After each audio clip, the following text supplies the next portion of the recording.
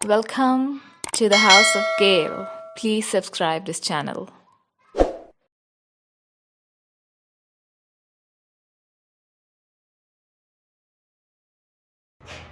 बिस्मिल्लाहिर्रहमानिर्रहीम अल्लाहुम्मा सल्लि अला सय्यिदिना व मौलाना मुहम्मदिन व अला आलिहि व अस्हाबिहि व बारिक वसल्लम। अज़ीज़ तलबा अस्सलामु अलैकुम। उम्मीद है अल्लाह ताला के फ़ज़ल से आप खैरियत से होंगे और बहुत अच्छे तरीके से आप मैथमेटिक्स को कर रहे होंगे।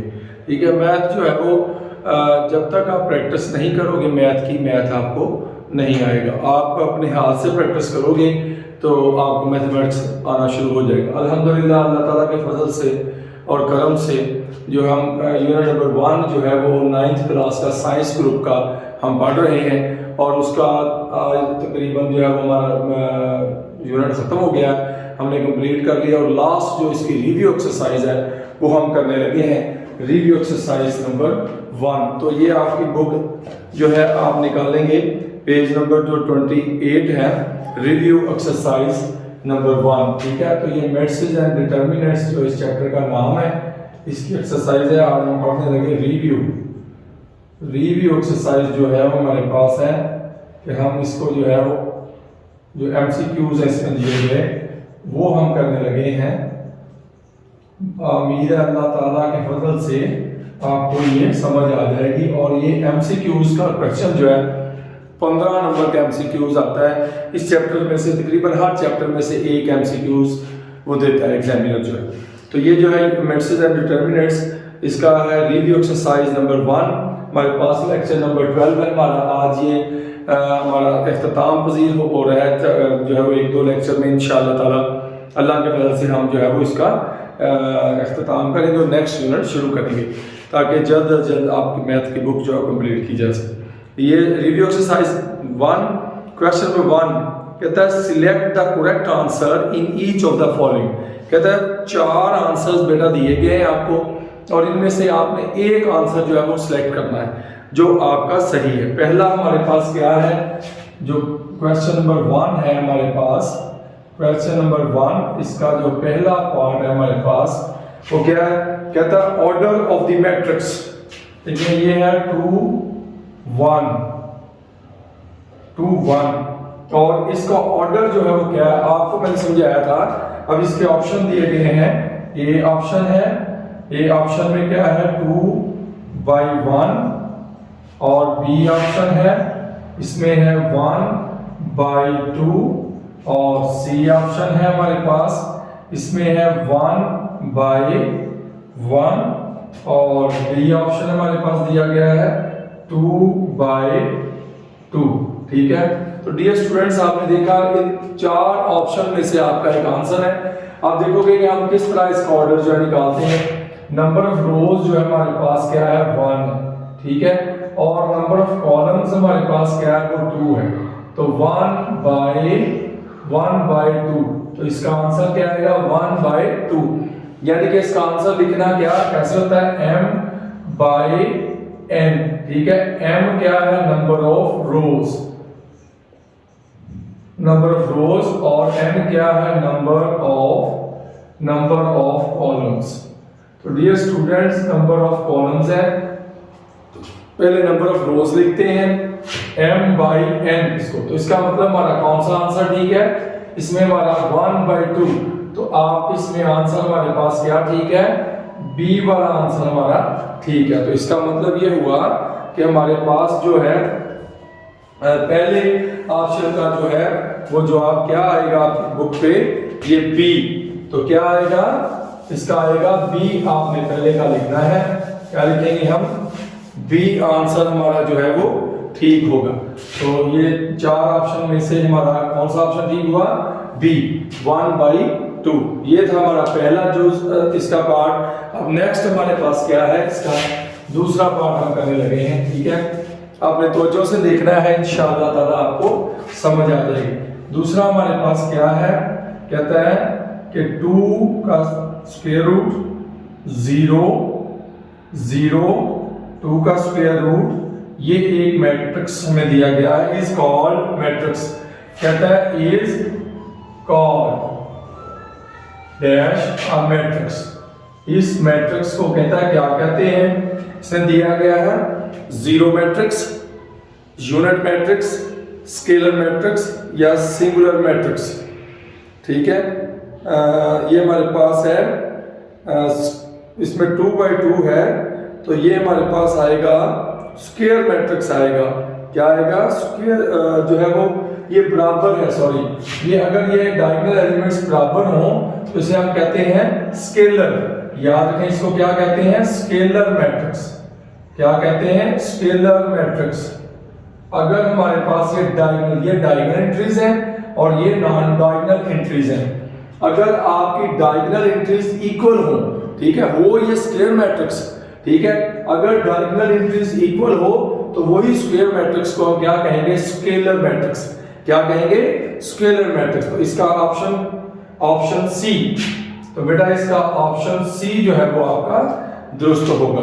तो जो से आपने समझना है, समझ के एमसीक्यूज पर निशान लगाने हैं, तो इंशाअल्लाह ताला आपको भूलेंगे नहीं और एग्जाम में भी आपको मसला नहीं होगा। ठीक है, इसी तरह आगे है तीसरा हमारे पास है, तीसरा जो दिया गया है वो क्या कहता है? Which is order of the square matrix. कहता है विच इज, आपसे कहता है which is order of a square matrix. कहता है स्क्वायर मैट्रिक्स का ऑर्डर क्या हो? याद रखो स्क्वायर मैट्रिक्स में बेटा m और n इक्वल होते हैं, number of rows equal to number of columns. इसका मतलब स्क्वायर मैट्रिक्स का जो ऑर्डर होगा, जो आपके दिया गया है, ए पार्ट है 2x2, बी है 1/2, सी है 2/1 और डी है 3/2।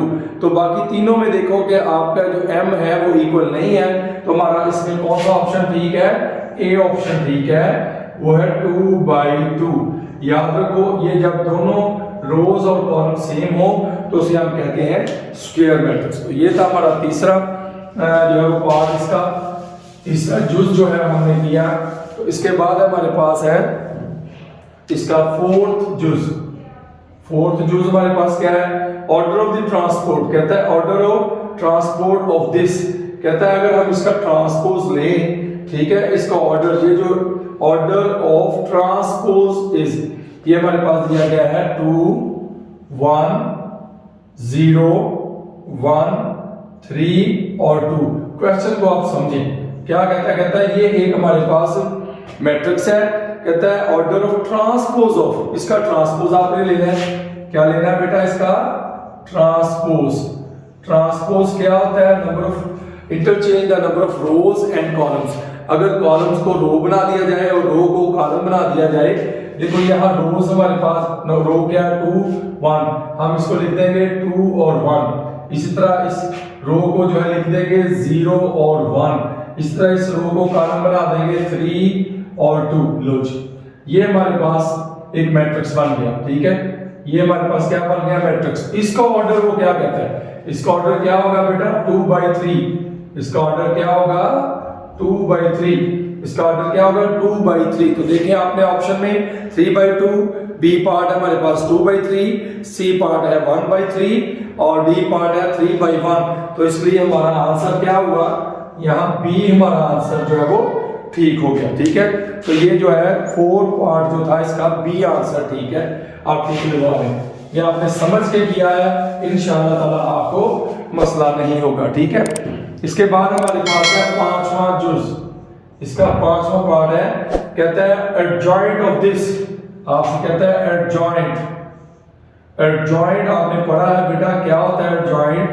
Adjoint of 1 2 0 -1। इसका एडजॉइंट जो है वो क्या होगा? इज। आपको मैंने बेटा बताया था कि एडजॉइंट कैसे निकालते हैं, कि ये जो डायगोनल एंट्रीज हैं इन्हें उर्दू में बतरी काम कहते हैं। डायगोनल एंट्री की जगह बदल दो, ठीक है, जगह बदलो, और नॉन डायगोनल एंट्रीज की आपने क्या बदलनी है? अलामत बदलनी है। ठीक है, अगर आपने डायगोनल एंट्रीज की जो है वो जगह बदल देनी है, जो नॉन डायगोनल एंट्रीज हैं इनकी आपने साइन चेंज कर देनी है, अलामत बदल देनी है, तो आपका एडजॉइंट मिल जाएगा।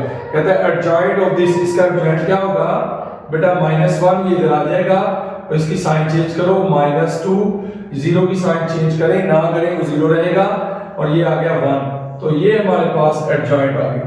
और एडजॉइंट क्या होगा हमारे पास, -1 -2 0 और 1। आपके ऑप्शन में ए है -1 -2 0 1, बी है 1 -2 0 और -1, रो वाइज में बोल रहा हूं। सी हमारे पास है -1 2 और 0 और -1 रो वाइज कॉलम, ये मैट्रिक्स है। डी हमारे पास है रो 1 जो है -1 0 2 और 1 मैट्रिक्स है, इसलिए हमारा ऑप्शन ए जो है वो करेक्ट होगा, -1 -2 0 और 1। तो इसलिए हमारा इसका आंसर बेटा क्या होगा, ए वाला आंसर आपका ठीक होगा। तो ए पे आप टिक लगा लें। अगर आप गौर से समझ रहे हैं तो आपको साथ साथ चैप्टर की रिवीजन भी हो रही है, एडजॉइंट भी हम कर रहे हैं रिव्यू में, और यही वहां डेफिनेशन भी अक्सर जो वो पूछ लेता है। तो आपने ध्यान से समझ के तवज्जो के साथ आपने जो है वो समझना है। अगर आप तवज्जो के साथ सुनोगे इंशाअल्लाह ताला तो किसी किस्म का मसला आपको नहीं होगा। जब बंदा तवज्जो से कोई भी लेक्चर्स कोई भी चीज को स्टडी करता है तो अल्लाह की फजल से वो आपको आ जाती है। इसके बाद हमारे पास है छठा पार्ट है प्रोडक्ट ऑफ दिस, ये दिया गया है प्रोडक्ट, कहता है प्रोडक्ट ऑफ एक्स वाई, ये एक मैट्रिक्स है हमारे पास, और दूसरा मैट्रिक्स हमारे पास है 2 और -1, ठीक है। इज याद रखें प्रोडक्ट क्या होगा, मल्टीप्लिकेशन कैसे होती है कि अगर पहले मैट्रिक्स के कॉलम्स की तादाद दूसरे मैट्रिक्स की रोज की तादाद को बराबर हो जाए तो हम उसको मल्टीप्लाई कर सकते हैं, वरना मल्टीप्लाई नहीं कर सकते। अब देखो इसमें कॉलम्स 1 और 2 कॉलम है, इस तरह कॉलम देखते हैं मेरा बेटा, ठीक है। जब आप अखबार पढ़ते हैं तो बकिया कॉलम नंबर फलां पे कॉलम पे चले जाते हैं और फिर आप रो वाइज आप उसको पढ़ते हैं। ये इसमें 2 कॉलम है, इसमें 2 कतारें हैं, 2 रोज हैं, इसलिए C = R है, तो हम इसे मल्टीप्लाइड कर सकते हैं। दे मल्टीप्लाइड कैसे करना है, रो को पकड़ के कॉलम से आपने बेटा जरब देनी, ये आ जाएगा 2x, इसको इससे जरब देंगे तो ये प्लस आएगा, लेकिन यहाँ पे माइनस है तो ये आ जाएगा। ये हमारे पास क्या आ गया मैट्रिक्स। इसका आंसर देखें, ए पार्ट है 2x + y, दूसरा बी है x - 2y, सी है 2x - y और डी है x + 2y। तो इस लिहाज से 2x - y ये मैट्रिक्स हमारे सी आंसर बेटा इसका आपका ठीक है। तो आपने तवज्जो से इस तरह किए होंगे, आपको एग्जाम में जरा भी मसला नहीं होगा। ये नहीं है कि आप तुक्का लगाओगे कि चलो ये लगाओ बिस्मिल्लाह पढ़ के बी या सी, नहीं, बकायदा आपने इसको मल्टीप्लाई करके हल करके देखा है तो अल्लाह की फजल से ये आपको आता होगा, अगर आपने तवज्जो से ये बात समझी है। ये था 5वां हमारा पार्ट। अब नेक्स्ट हमारे पास है पार्ट जो है वो पार्ट नंबर है, सॉरी ये पार्ट 6 था, अब 7 पार्ट नंबर 7, ठीक है। पार्ट नंबर 7 में कहता है इफ 2 6 3 और x ये हमारे पास है = 0, कहता है ये 0 है, 2 6 और 3 0, देन x = फाइंड x, कहता है देन x = x किसके बराबर होगा। तो डियर स्टूडेंट्स देखें ये मैट्रिक्स है, सॉरी मैट्रिक्स नहीं है, डिटर्मिनेंट्स है। मैंने मैट्रिक्स लिख दिया, आपने डिटर्मिनेंट इसको लिखना है।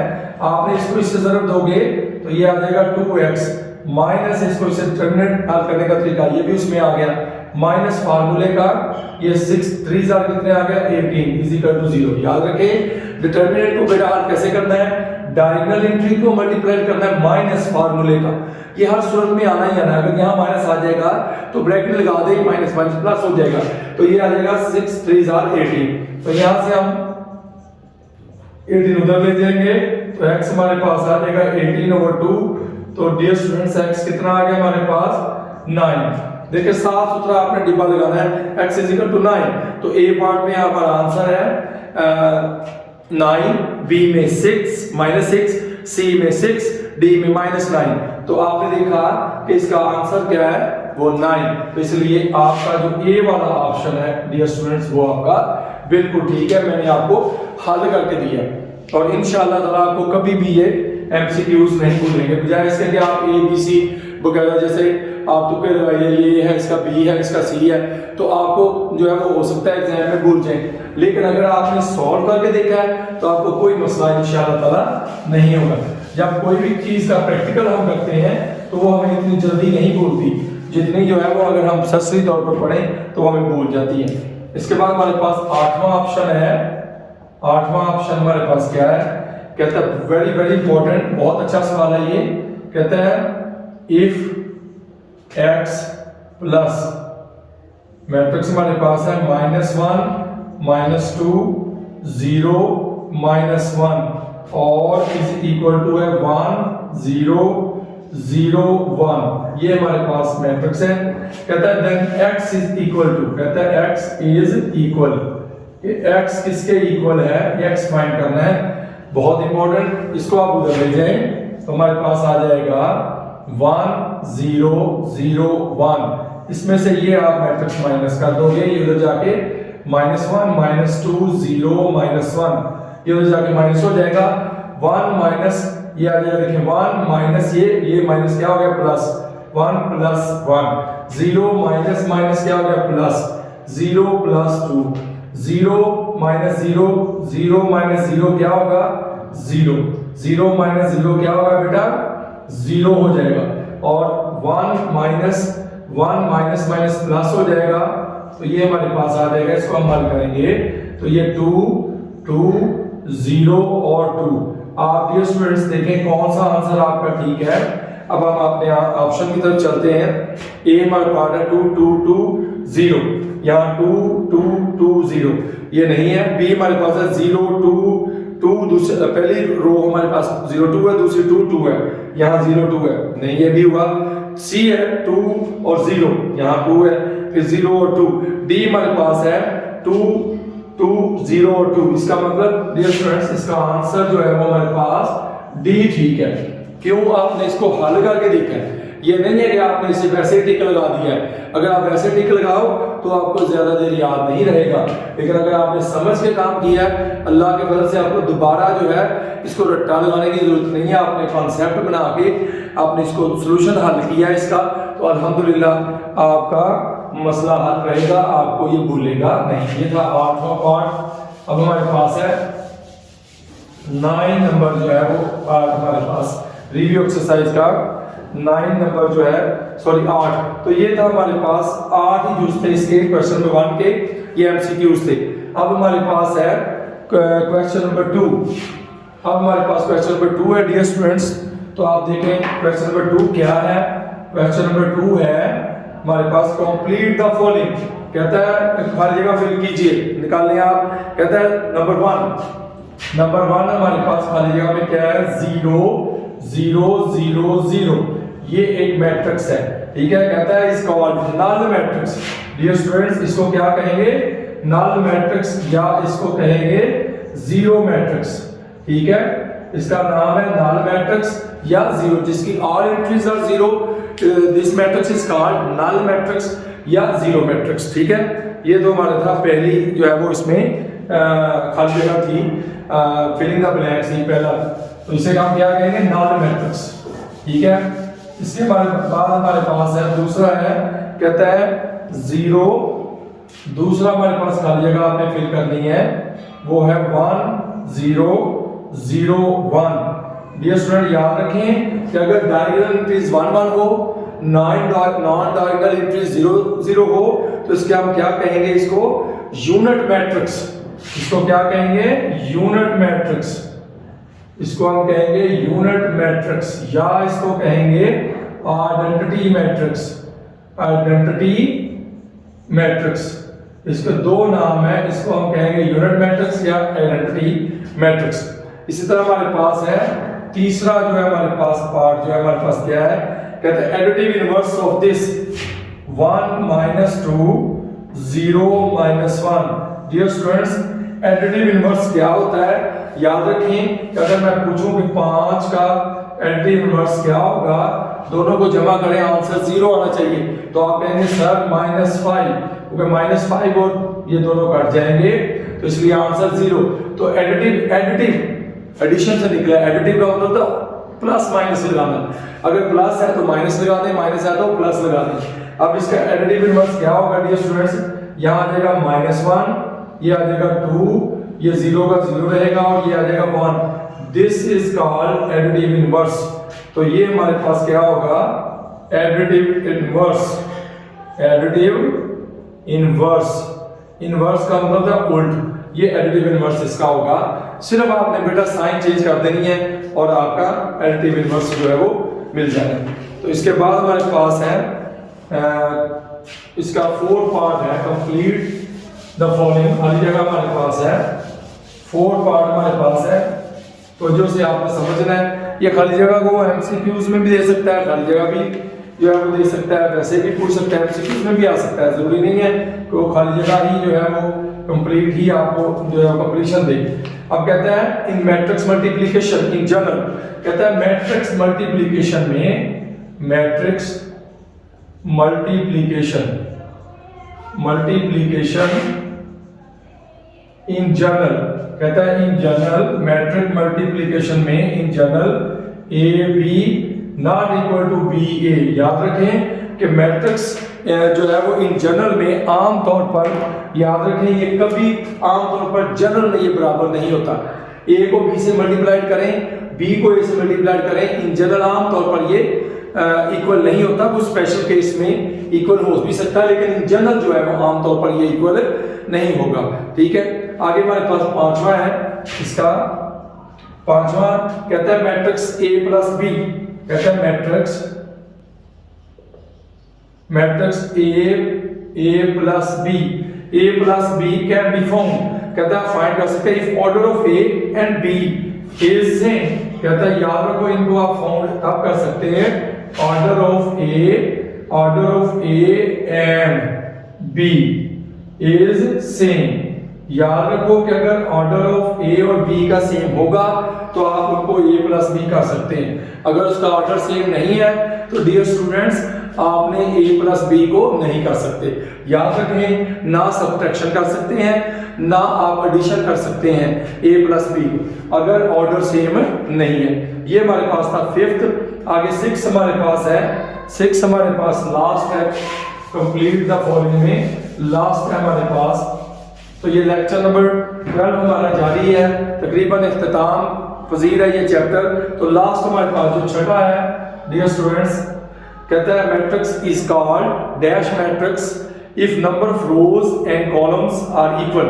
अगर नंबर ऑफ रोज और कॉलम इक्वल हो, अगर नंबर ऑफ रोज इक्वल हो नंबर ऑफ कॉलम्स के। तो याद रखो डियर स्टूडेंट्स, तो मैट्रिक्स क्या कहलाएगी, उस मैट्रिक्स को हम क्या कहेंगे, इक्वल मैट्रिक्स। क्या कहेंगे हम उसको, इक्वल मैट्रिक्स।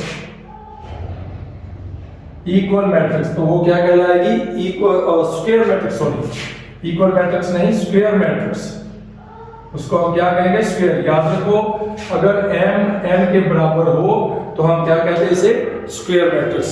ठीक है, तो ये था हमारा क्वेश्चन नंबर 1। क्वेश्चन नंबर 2 जो रिव्यू एक्सरसाइज का very important dear student, 15 marks के जो है वो मैथमेटिक्स में एमसीक्यूज आते हैं।